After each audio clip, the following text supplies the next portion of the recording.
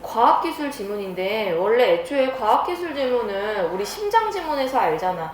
100% 이해하고 간다라는 건 사실상 불가능하고 그렇게 이해해서 푸는 애들은 정말 어나더 레벨 100점을 늘 맞는 애들 뭐 그런 애들은 그럴 수 있는데 나머지 친구들은 그럴 필요가 없지 사실은. 그래서 문제가 요구하는 정보 위주로만 체크하고 문제를 풀어주면 돼요. 근데 좀 천천히 읽을 필요는 있는 것 같아. 어려우니까 내용이. 일단은 한번 같이 읽어볼게요. 일단 체크할게 얘들아. 양전자 단층 촬영은 일단 체크. 양전자 단층 촬영은 세포의 대사량 등 인체에 대한 정보를 확인하기 위해 그럼 일단 끊을게. 자, 인체에 대한 정보를 확인할 건데 그 인체에 대한 정보가 예를 들면 뭐가 있냐면 세포의 대사량 같은 게 있대요. 혹시 과학 시간에 대사량 같은 거 배우나? 배워요? 대사량? 배워요? 배우는 거 같아서 같기도 하고. 아 그래? 아니 나는 교육 과정을 잘 모르니까 진짜 궁금해서 물어본 거야. 배워? 배운지 안 배운지 기억이 잘 안 나요. 아 그래요? 뭐 상관없는데 뭐 어쨌든 대사량도 어쨌든 인체에 대한 정보라는 거죠. 몸속에 특정 물질을 넣는데 주입한대요. 뭐 하기 위해서? 뭐 하기 위해? 인체에 대한 정보를 얻으려고 몸 안에 뭔가를 넣는데 그리고 그 물질의 분포를 영상화하는 기술이래. 얘들아 개념이 지금 3줄이나 되잖아. 되게 길죠? 이런 거 끊어서 읽고요. 근데 이때 대사량이란 자 대사량 설명해줘. 사람의 몸속 세포가 생명 유지를 위해 필요로 하는 에너지의 총량이래. 그럼 결국에 다시 조합해보면 양전자 단층 촬영이라는 것은 사람이 생명 유지를 위해 필요로 하는 에너지 총량 등 인체에 대한 정보를 확인하기 위해 어떤 물질을 주입을 하고 그 물질의 분포를 영상으로 확인하는 기술이래요. 근데 여기서 정상세포랑 비정상세포는 대사량에서 당연히 차이가 나겠지. 특히 이 PET는 특정 물질과 비정상세포의 반응을 이용한대요. 그럼 예측해봐. 특정 물질과 비정상세포의 반응을 이용한다는 건 아마 정상세포랑 비정상세포의 대사량 차이가 있기 때문에 그걸 이용해서 분포를 확인한다는 이야기겠죠? 그래서 일단 여기까지 내려가 볼게. PET를 통해 이를 확인하기 위해서는 우선 몸속에 체크해 방사성 추적자를 주입해야 된대요. 근데 아까 위에서 주입 얘기가 나왔거든? 특정 물질? 그래서 아마도 여기서 말했던 특정 물질이 방사성 추적자가 아닐까. 일반적으로 PET에 사용되는 방사성 추적자는 이게 몇 번과 관련 있는 부분이지? 29번. 그럼 여기 잘 봐야겠지? 방사성 동위원소를 결합한 포도당 성분의 특정 물질로 여기까지 끊을게요. 아 그러면 PET를 하려면 방사성 추적자를 우리 몸에 넣어야 되는데 얘는 포도당 성분이래요. 이는 특정한 원소 또는 물질의 이동을 알아내기 위해서 쓰인대요. 이렇게 주입된 방사성 추적자는 에너지원으로 쓰이는 포도당과 유사하기 때문에 이런 거 중요하지. 유사점. 포도당이랑 비슷하대. 근데 대사량이 높아서 많은 에너지원을 필요로 하는 밑줄 비정상세포에 흡수가 된대요. 누가? 이 방사성 추적자가. 근데 얘가 세포 안으로 흡수가 되면 일반 포도당과 달리 자 이런 정보 중요하지. 달리 세포의 에너지원으로 사용되지 않는다. 내가 평가원 출제자였으면 이 정보 쓰죠.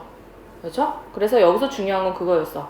PET라는 건 우리 몸에 있는 분포를 확인하기 위한 영상화 기술인데 그 영상화 기술을 확인하기 위해서 우리 몸에 방사성 추적자를 주입해야 하고 얘는 포도당 성분이고 그리고 비정상 세포에 흡수가 되고 그리고 얘는 포도당과는 비슷하지만 포도당과는 달리 에너지원으로는 쓰이지 않는구나.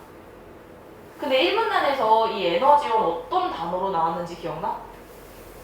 대사량. 대사량. 그러면 평가원 출제자야. 그러면 이 부분을 대사량이라고 바꿔도 무방하겠지. 그치? 그런 식으로 되겠지. 내려가 볼게요. 근데 이 세포 안에 머무르면서 축적된 방사성 추적자에 방사성 동위원소가 붕괴가 되면서 양정자를 방출한대요. 방출된 양정자는 몸속의 전자와 결합하여 없어진대요. 이때 두 입자의 질량이 에너지로 바뀐대요. 그리고 이 에너지는 180도의 각도를 이루는 한 쌍의 감마선으로 방출된대요. 자, 이제 조금씩 정보가 많아져서 좀 힘들지?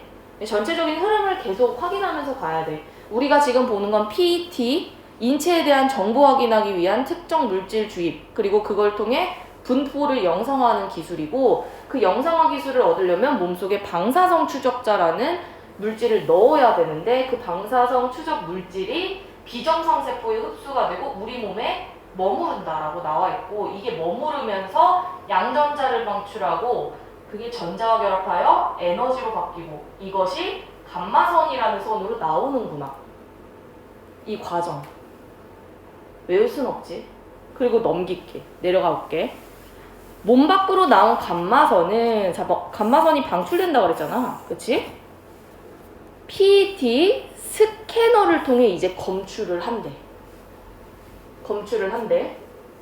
그러면 PET 스캐너는 수많은 검출기가 검사 대상을 원형으로 둘러싸고 있는 구조래요. 슬쩍 보니까 31번 문제 보면 보기에 뭔가 원형이 있는 게 보이지? 뭔가 이것과 관련된 것 같아요. 180도로 방출된 한 쌍의 감마선은 각각 진행 방향에 있는 검출기라는 곳에 도달을 한대요. 선이. 그럼 얘들아 생각해봐. 이 감마선이 검출기에 도달을 해야 검출이 되는 거지. 그치? 도달해야겠죠, 그러면.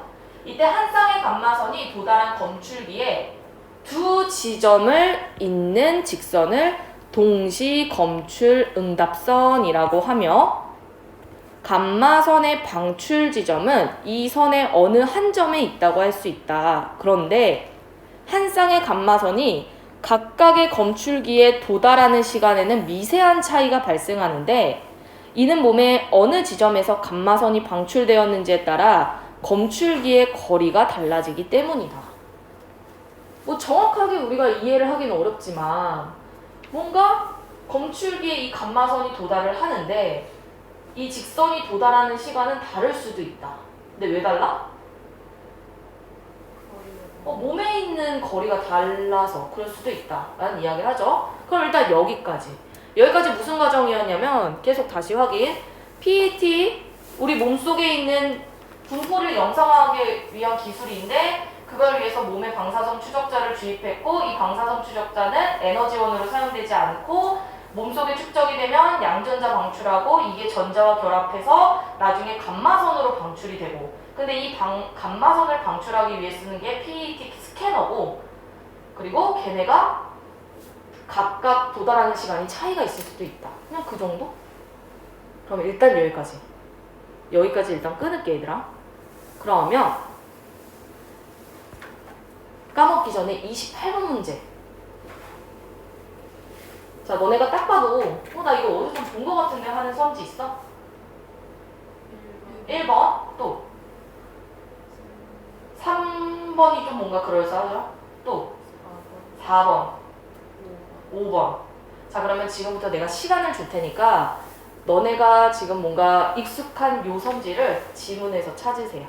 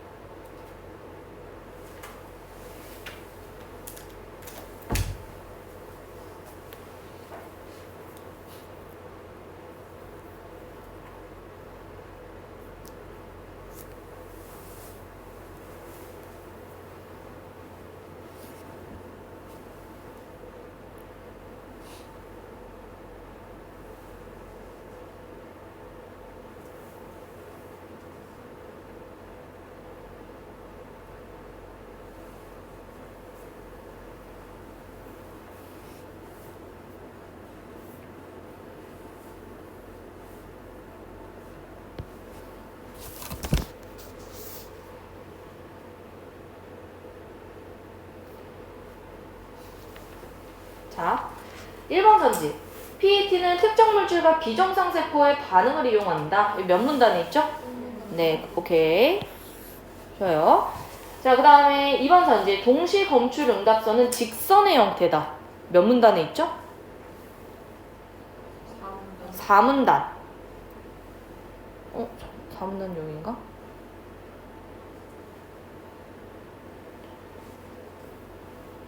하나, 1, 2, 3, 4. 맞네? 4문단. 여기에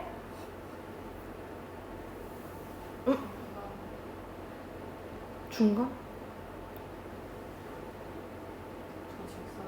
아, 여기 있다. 오케이. 있네요. 오케이. 자, 4번 먼저 찾아볼게요. 4번은 몇 문단? 1문단.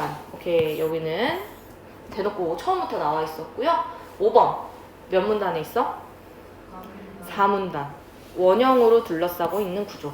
그럼 얘들아, 답이 3번이야. 근데 3번이 사실은 좀 쉽지가 않았어요. 이게 틀린 선지라는 걸 보여줄 수 있는 근거가 4문단에 있거든? 자, PET 스캐너는 뭐 하는 애냐면 위에서 나왔던 감마선을 방출된 애를 검출하는 애야, 검출. 근데 3번을 봐봐. 얘가 감마선을 방출한다라고 되어 있잖아. 얘는 방출이 아니라 검출하는 애예요. 그래서 이 3번을 X치고 검출하는 것이다 라고 바꿔주세요. 근데 솔직히 조금 치사하고 좀 졸린 상태에서 보잖아? 그럼 맞는 것처럼 보여. 그래서 이런 것들을 요새는 좀 조심해야 돼. 지문의 내용이 수능 때 계속 짧아지고 있거든? 아직 수능을 안 봤잖아, 지문을. 근데 보면은 너네가 푸는 이 지문보다 짧아, 수능이. 그러면 어떻게 해서 정보가 엄청 압축되고 엄청 친절하지 않고 이런 식으로 단어 하나 바꿔서 내거든? 그래서 이런 짜증나는 문제에 너네가 좀 익숙해질 필요는 있어. 뭐 문제를 뭐 있다 그러네 이렇게 하고 넘길 문제는 아니라는 거지, 이제는. 그래서 이런 거 많이 풀어보는 게 좋고요. 자, 그 다음에 29번도 온 김에 확인할 수 있는 선지 좀 확인할게요. 너네가 찾을 수 있는 게 1번, 3번, 4번, 5번 다 찾을 수 있어. 자, 지문을 체크합시다.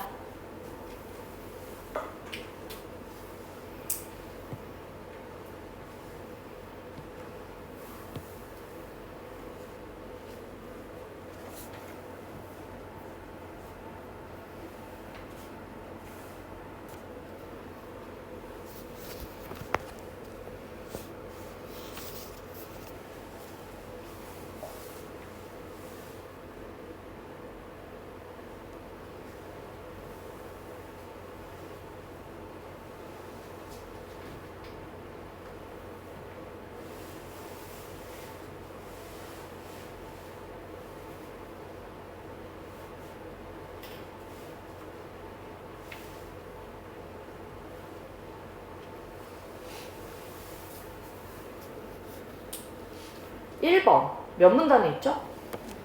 2문단. 다량으로 축적이 된다. 여기 있네요. 다량 흡수.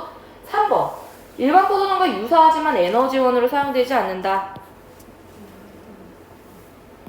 네, 여기 조금 퍼져 있긴 한데 포도당과 유사하지만 에너지원으로 사용되지 않는다 있고요. 특정 물질의 이동 양상을 밝히기 위한 것이다. 이건 어디서 확인할 수 있어? 그치. PET 자체가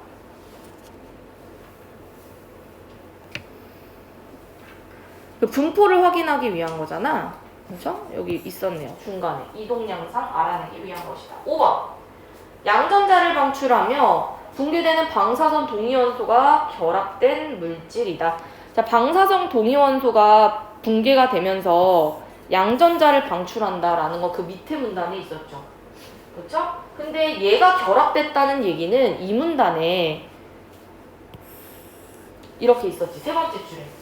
얘는 포도당 성분이긴 한데 방사선 동위원소를 결합하고 있다라는 거. 그래서 좀 이 문단과 3문단의 정보가 결합이 되어 있긴 했어요. 네. 자, 답은 2번인데요. 이거 왜 틀렸을까?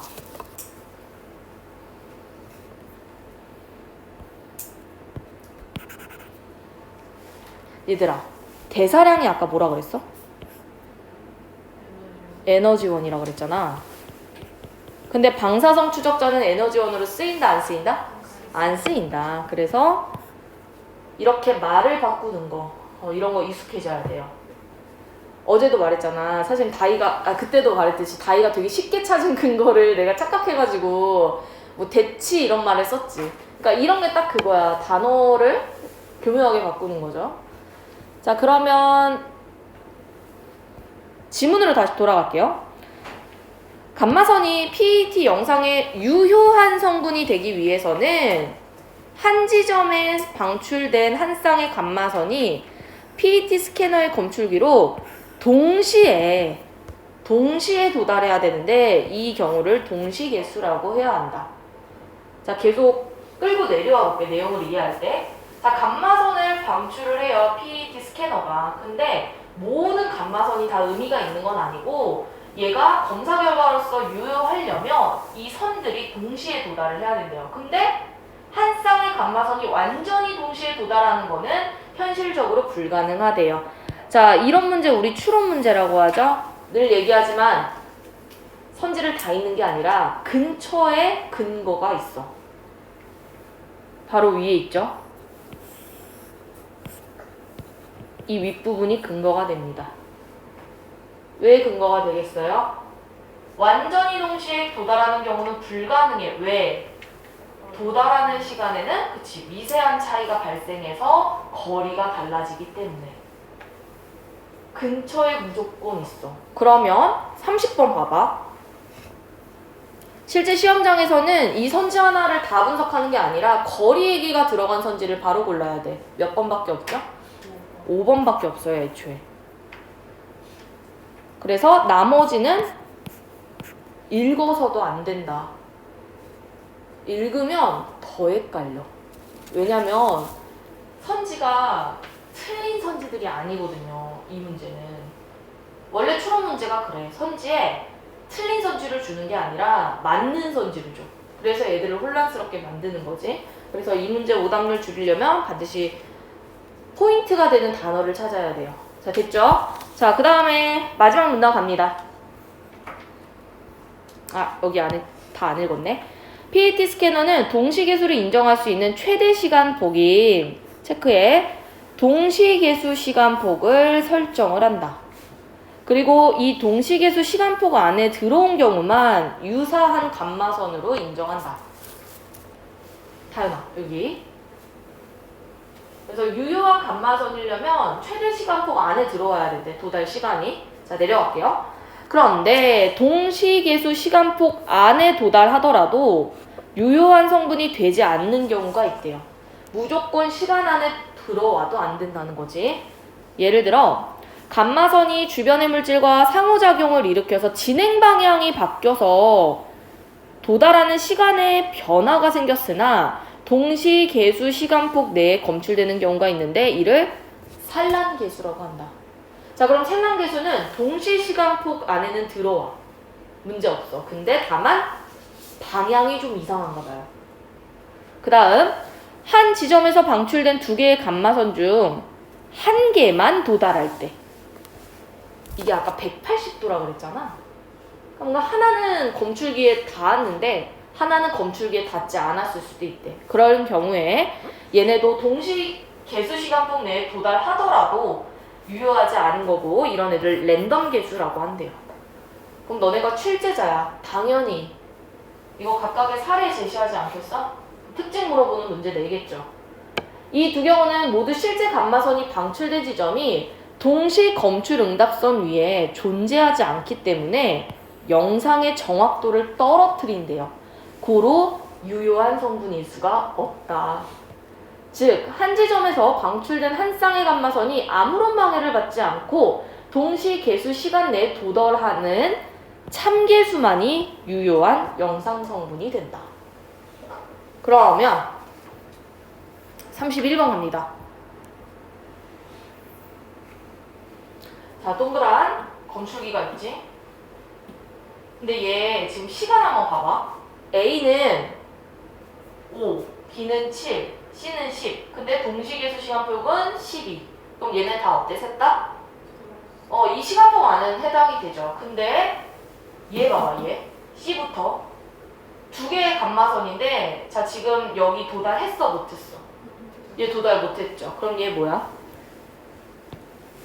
도달 못한 지점. 얘 때문에 얘는 뭐야?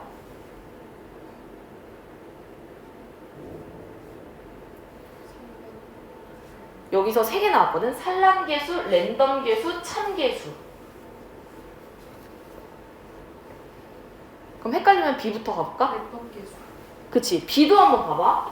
B는 이게 원래 180도여야 되는데 얘가 지금 방향이 이런 식으로 됐지. 그러면 자 BC만으로 한번 구별을 해볼게요. 자 어느 한 감마선의 지점이 도달하지 못한 얘는 무슨 계수? 랜덤 계수죠. 그럼 뭔가 상호작용을 일으켜서 방향이 바뀌었다. 그럼 B는 뭐지? 산란 계수인 거지. 그리고 A는 유일하게 둘 다 검사선에 도착도 했고 180도를 유지하고 있죠. 이거 뭐라고 할까? 얘가 참계수인 거야. 여기까지 잡잖아? 그 순간 이 문제는 내용일치 문제가 되고 겁나 쉬워지는 거라는 거죠. 자 그러면 1번 A의 경우 감마선이 주변 물질과 상관없이 도달했다면 참계수라고 할 수 있겠군. 어때요? 맞죠? 2번 감마선의 진행 방향이 바뀌었지만 봤더니 정말 꺾였잖아요. 그쵸? 동시계수 시간폭 내에는 도착했다. O야 X야? O. 3번 C의 경우에는 유효한 성분이 될 수 없는 랜덤 계수다. 땡큐. 그쵸? 4번 만약에 A와 B의 경우 동시계수 시간폭이 8 나노세컨드였다면 산란계수는 검출되지 않았겠군. 이게 답인데 자 동시시간폭이 8이었다고 쳐보세요. 그래도 얘네는 동시계수 시간폭 안에 들어와 안 들어와? 들어와요. 이건 문제가 안 되죠. 그렇기 때문에 8 나노세컨드여도 얘는 여전히 산란계수일 거야. C가 산란계수인 이유가 동시계수 시간폭을 도달하지 못해서가 아니에요. 도달했는데 하나의 검사선이 도달을 못한 거잖아. 그래서 8로 바꿔도 여전히 얘는 도달을 못할 것이다. 네, 답은 4번이고요. 그 다음 마지막 5번 선지. BC의 경우 실제 감마선의 방출 지점이 동시 검출 응답선 위에 존재하지 않겠군. 이거 지문에 이런 얘기가 있었어. 마지막쯤에 랜덤 계수와 산란 계수는 둘 다 동시 검출 응답선 위에 존재하지 않는다. 고로 유효하지 않다. 그래서 이 부분 때문에 31번의 5번 선지가 맞는 거죠. 혹시 이 문제 이해 갔나요?